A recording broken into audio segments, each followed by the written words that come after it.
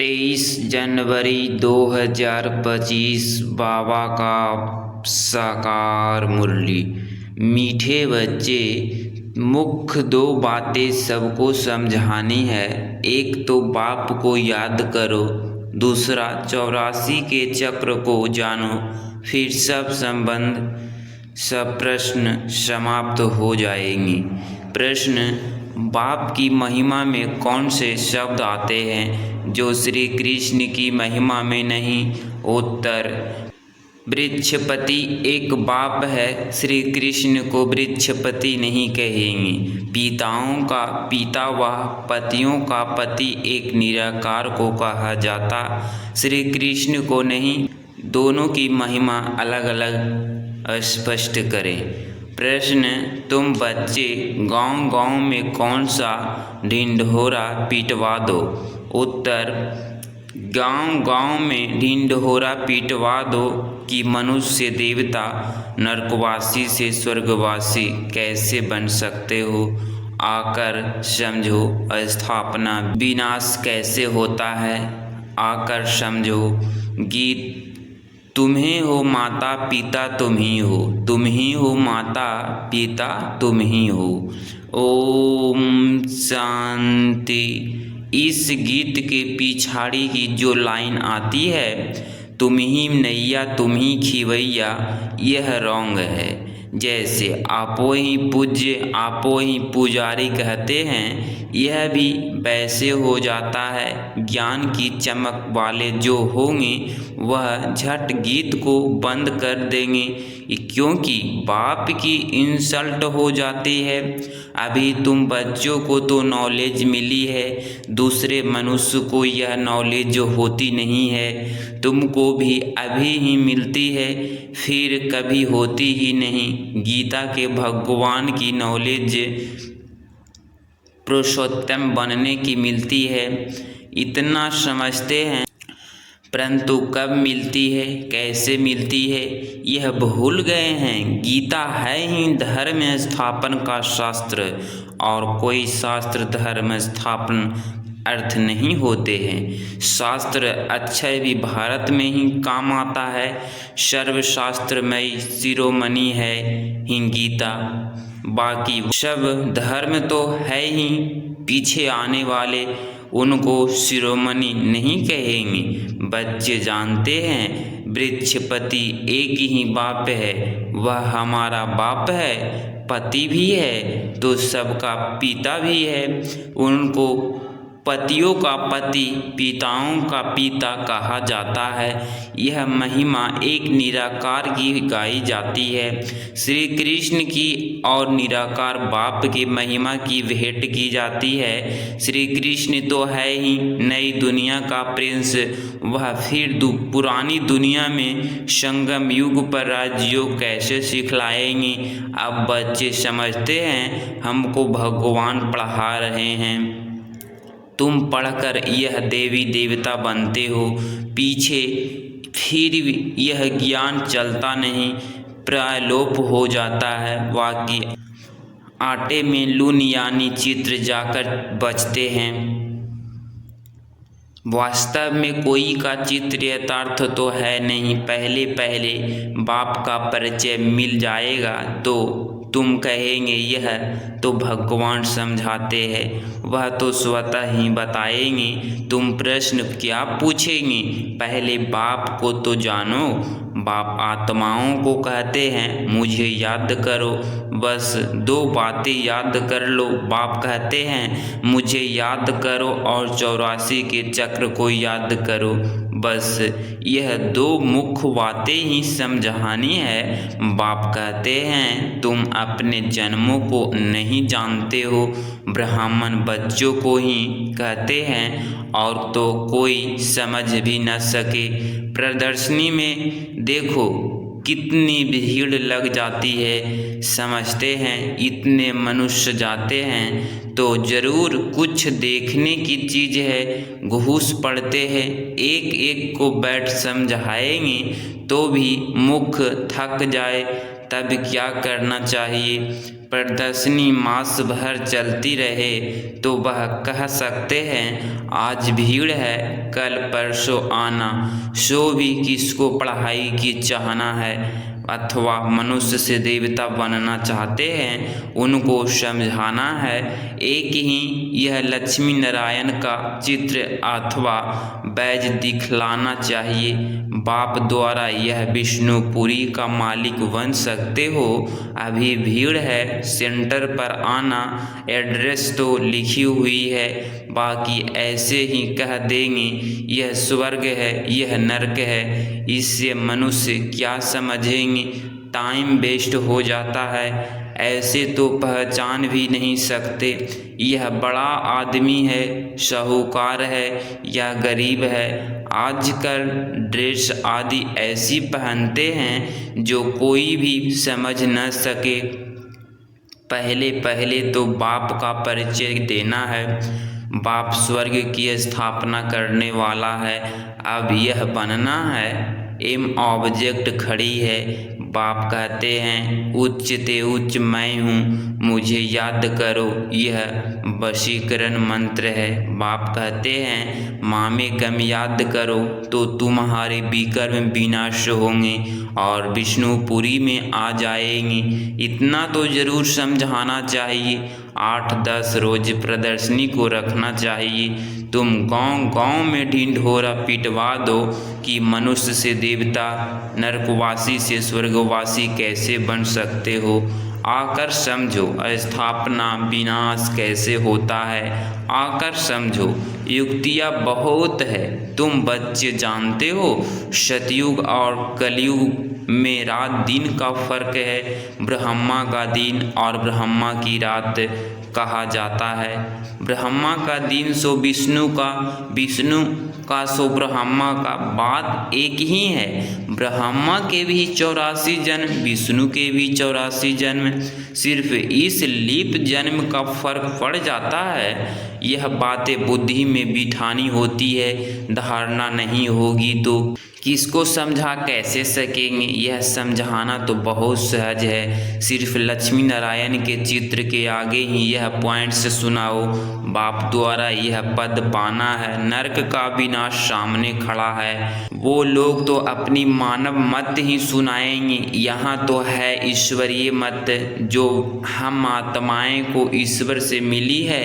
निराकार आत्माएं को निराकार परमात्मा की मत मिलती है। बाकी सब है मानव मत। दिन का फर्क है ना। सन्यासी उदासी आदि कोई ही तो दे ना सके। ईश्वरीय मत एक ही बार मिलती है। जब ईश्वर आते हैं तो उनकी मत से हम यह बनते हैं। वह आते ही हैं देवी देवता धर्म की स्थापना करने।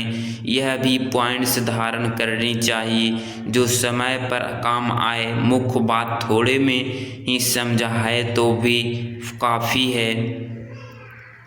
एक लक्ष्मी नारायण के चित्र पर समझाना भी काफ़ी है। यह है एम ऑब्जेक्ट का चित्र। भगवान ने यह नई दुनिया रची है। भगवान ने ही पुरुषोत्तम संगम युग पर इन्हों को पढ़ाया था।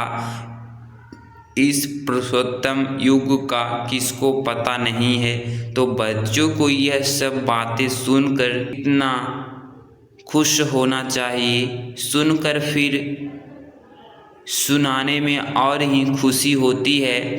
सर्विस करने वाले को भी ब्राह्मण कहेंगे। तुम्हारे कच्छ बगल में सच्ची गीता है। ब्राह्मणों में भी नंबरवार होते हैं ना। कोई ब्राह्मण तो बहुत नामी ग्रामी होते हैं बहुत कमाई करते हैं। कोई तो खाने के लिए मुश्किल मिलेगा। कोई ब्राह्मण तो लखपति होते हैं। बड़ी खुशी से नशे से कहते हैं हम ब्राह्मण कुल के हैं। सच्चे सच्चे ब्राह्मण कुल का तो पता ही नहीं है। ब्राह्मण उत्तम माने जाते हैं तब तो ब्राह्मणों को खिलाते हैं। देवता क्षत्रिय व वैश्य क्षुद्र धर्म वालों को कभी खिलाएंगे नहीं, ब्राह्मणों को ही खिलाते हैं। इसीलिए बाबा कहते हैं तुम ब्राह्मणों को अच्छी रीति समझाओ। ब्राह्मणों का भी संगठन होता है, उनकी जांच कर चले जाना चाहिए। ब्राह्मण तो प्रजापिता ब्रह्मा की संतान होने चाहिए, हम उनकी संतान है। ब्रह्मा किसका बच्चा है वह भी समझाना चाहिए, जांच करनी चाहिए कि कहाँ कहाँ उन्हीं के संगठन होते हैं। तुम बहुतों का कल्याण कर सकते हो। वानप्रस्थ स्त्रियों को भी भाषाएं होती है।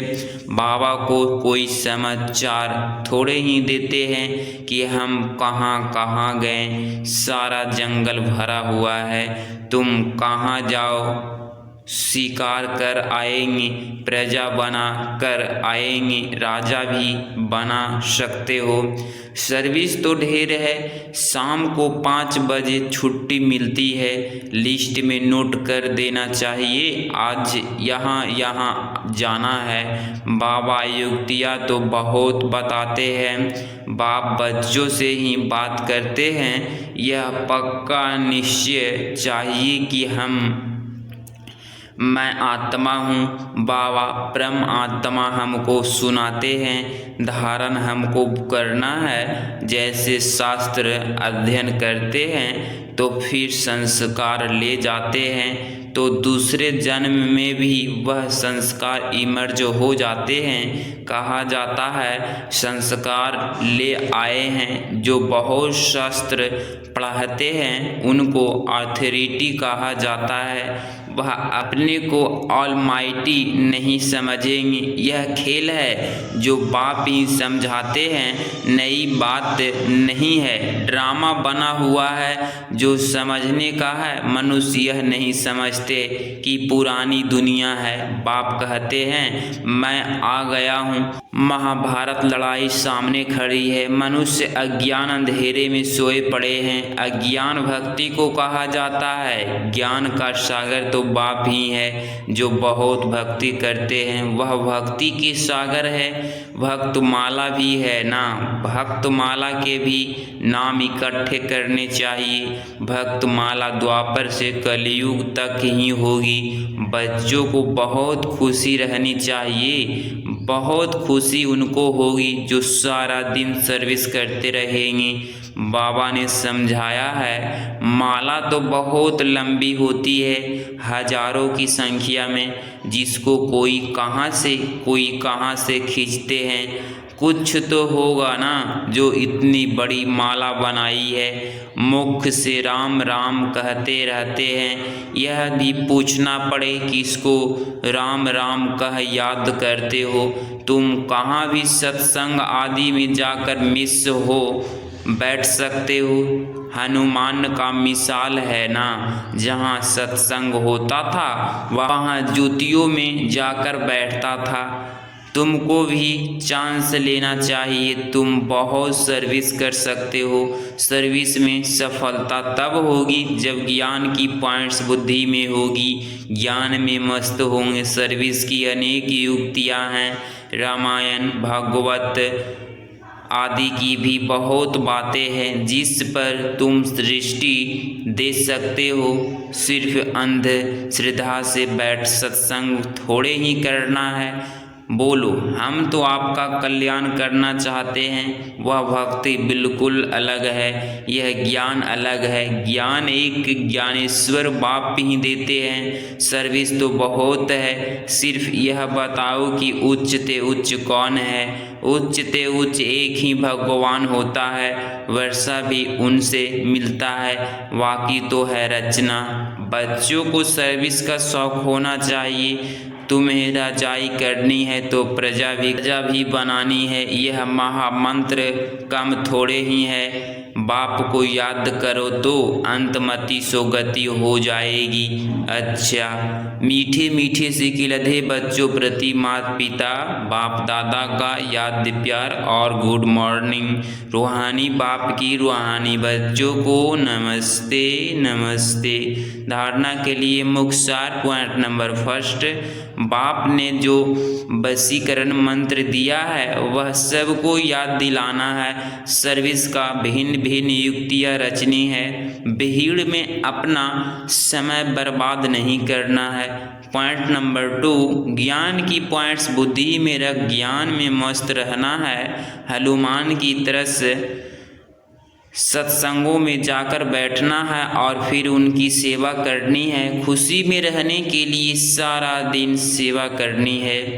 23 जनवरी 2025 का वरदान, मैं और मेरे पन को बलि चढ़ाने वाले संपूर्ण महाबली भव। स्पष्टीकरण, हद के कोई भी व्यक्ति या वैभव से लगाव यही मेरा पन है। इस मेरे पन को और मैं कहता हूँ मैंने किया, इस मैंपन को समर्पण करने वाले यथार्थ बलि चढ़ाने वाले ही महाबली है। जब हद का मैंपन समर्पण हो तब संपूर्ण वह बाप समान बनेंगे।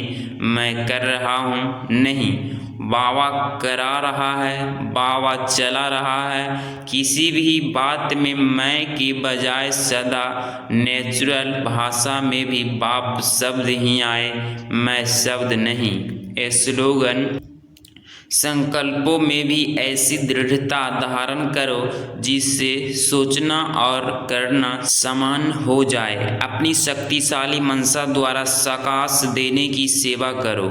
समय प्रमाण अब मनसा और वाचा की इकट्ठी सेवा करो, लेकिन वाचा सेवा सहज है। मनसा में अटेंशन देने की बात है, इसीलिए सर्व आत्माओं के प्रति मनसा में शुभ भावना शुभ कामना के संकल्प हो। बोल में मधुरता, संतुष्टता, सफलता की नवीनता हो तो सहज सफलता मिलती रहेगी। अगर इस चैनल पे आप डेली मुरली सुन रहे हैं तो चैनल को प्लीज़ सब्सक्राइब करें और बेल आइकन को प्रेस करें। प्यारा सा लाइक ज़रूर करें। मिलते हैं कल की मुरली में। ओम शांति।